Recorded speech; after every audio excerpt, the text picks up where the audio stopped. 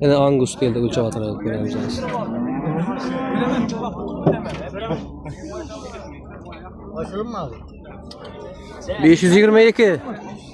Ağa kança oldu şunda bu? Satıldı mı? 520.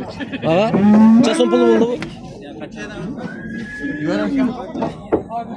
Ağa kança son buldu bu? 60'tan. 60 bundan ketdi dostlar. 522 kulak hep tuttu. 522. 520 22 hep tuttu. 60 bundan beri koptu dostlar ya şunu. Diğer abi.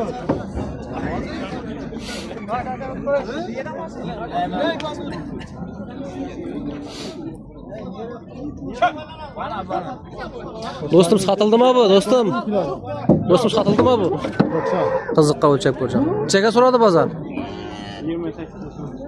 493 kilo ama 93 95 tuttu. 28 milyona verilmekti. 94 kattı.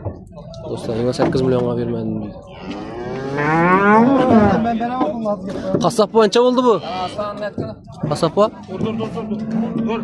Çesun buldu bu? 460. 460. Dur. Teraziden kanına da. Dur. Dur. 460 deyip koyun. 460 çıklan göster. 462. Çesun buldu bu kasap bu? Neden? 58 milyondan ketdi ölçep beribdi. Dur.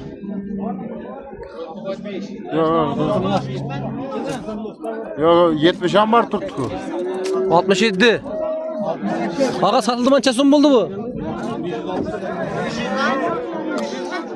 Ne miydi o?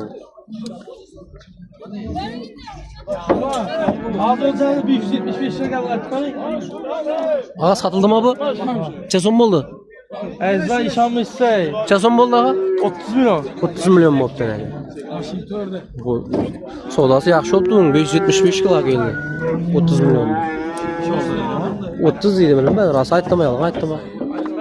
30'a vermese oldu lan.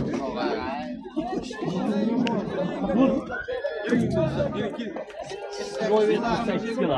78 kilo. Buna acın toyla buna acın geldi. Bilemeyim. Neçe oldu bu ağa? 280. Neçe son buldu bu ağa? Ya netmedik prosto ölçü. Prosto ölçek kuvatımızı satılmaktır.